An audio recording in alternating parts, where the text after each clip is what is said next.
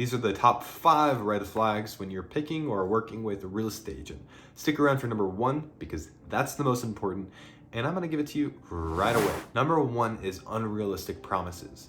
Let's say you're interviewing 3, 4 different real estate agents, and 3 out of the 4 value your home at $500,000, and the 4th values your home at $550,000 or $600,000. That's a red flag. A real estate agent valuing your home at a higher price isn't necessarily a positive, unless they give you specific reason why. If each agent gives you the comps in the area and that value your home at about $500,000, and this other 4th agent doesn't give you many comps, gives you vague reasons why your home might sell for more, that's a red flag that they might be just trying to get your business. Ask this question: can you explain to me how you arrived at that listing price? Now, it is good practice as a real estate agent, when you come into a home, when you come into a listing appointment, to not only bring your, what you're gonna do for the client, but bring all the comparable homes in the area, and that's how you get the price. And if that's at 500, fantastic. If it's at 525, fantastic. But I would be willing to bet if 3 agents out of 4 price a home at $500,000, and the 4th agent does it at $550 or $600, that the 3 agents are right. 9 out of 10 circumstances, that's true.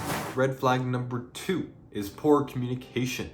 Poor communication is not what you want in a real estate agent, because if you're trying to get a hold of them when you're days away from closing, or you need to sign something but you can't get a hold of them, that's not something you want to deal with. A good question to ask is, how quickly do you usually respond to clients, and what's your preferred communication method? Red flag number 3 is pushy and pressured. If you feel pushed and pressured to sign a contract, sign that dotted line, or if you feel pushed and pressured to sell your home at a specific commission for no apparent reason at all, that's a red flag. A question to ask is, what happens if I'm not ready to buy, or if I'm not ready to sell?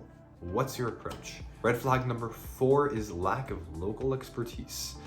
And that's super significant, because if you are buying or selling a home in Boise, or let's say in Harris Ranch specifically, and you're looking to get an agent that has both their licenses in Idaho and lives in Ontario and also has their license in Oregon, either if you're a buyer, craft your offer competitively, or B, if you're a seller, you're not going to be able to sell your home at a competitive price. We recently had a listing, 3676 Park Center, and that home was priced higher than the rest of the homes in the area. And if you didn't know why, there were a few agents that gave offers lower than the price that we said, because they did not know why it was priced at that price.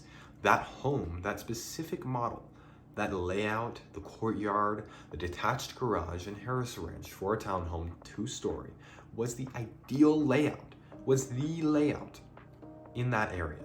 And that's why it was priced higher than a few of the comps. And if you don't have an agent that works in the area, and works specifically in Boise, Meridian, Eagle, in those 3 major cities, you're gonna lose money.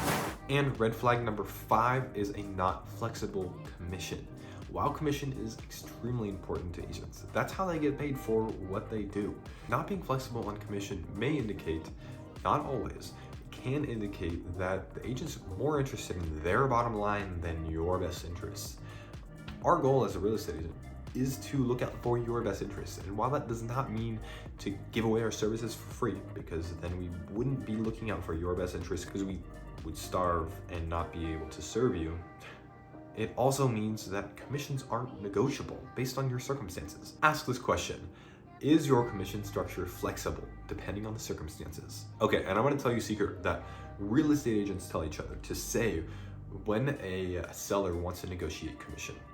When a seller wants to negotiate commission, the real estate agent, a good script to say is, well, if I can't look over my money, how am I supposed to look over yours, right? And that's pretty darn decent if you're looking to stay at the same percentage. But that's not a negotiation. A negotiation is a give and take between both parties. If one party is trenched in and firm in the mud, then that's not a negotiation. Yes, a real estate agent has to be able to negotiate for your money. And it has to be a negotiation, because In a real market, there is give and take. It's not just one party stuck in the mud trying to get their point across and trying to sell their product, trying to sell this home based on things that they think are right. Let's say you're selling your home and they offer 6, 7, and 8%. Then you say 5% and they say we don't do that. And they're willing to lose your listing for that. Then maybe they should. And I'm not saying that you should pick a real estate agent based on the lowest commission, because that's not a good idea either. You're gonna hit more red flags if you pick a real estate agent based on the lowest commission than if you pick a real estate agent based on the highest commission. That's a fact. Be careful, it's not black and white, it's gray, okay? Those are the 5 red flags, and if you keep on looking for those, then you're gonna find them. But what you should look for is the positive things. Look for proactive communication, look for market knowledge, and look for someone that listens to your needs and what you're going through. Ultimately, you need to feel comfortable with the real estate agent that you choose. If you have to go based on your gut feeling, do it. Use these tips, trust your instincts to find a real estate agent partner, not just someone that does your bidding, but a partner that partners with you and looks out for your best interests. If you're looking for someone like that, I would love to work with you. Me and my team at Beyond Idaho would love to work with you, whether it be in 2 days, 2 weeks, or 2 years. We have a form down below where you can sign up, or you can text me. My number is down there as well, and we'd love to be in contact with you. And as always, I will see you tomorrow for more no-nonsense real estate content. Okay? Bye-bye.